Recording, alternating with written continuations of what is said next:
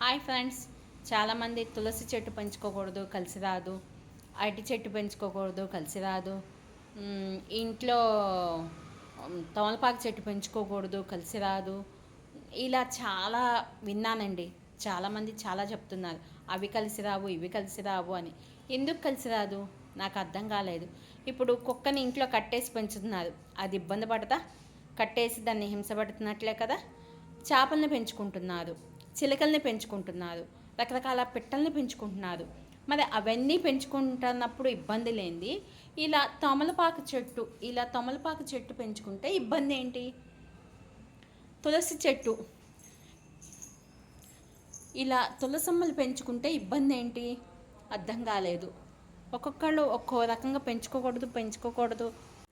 ఇదిగోండి, ఇలా వినాయకుడిని పెట్టుకుంటే తప్పేంటి? నాకు అర్థం కాలేదు. మీకేమైనా అర్థమైందా అండి? ఏ చెట్టు పెంచుకోవాలి పెంచుకోకూడదని ఏమైనా రూల్ ఉందా?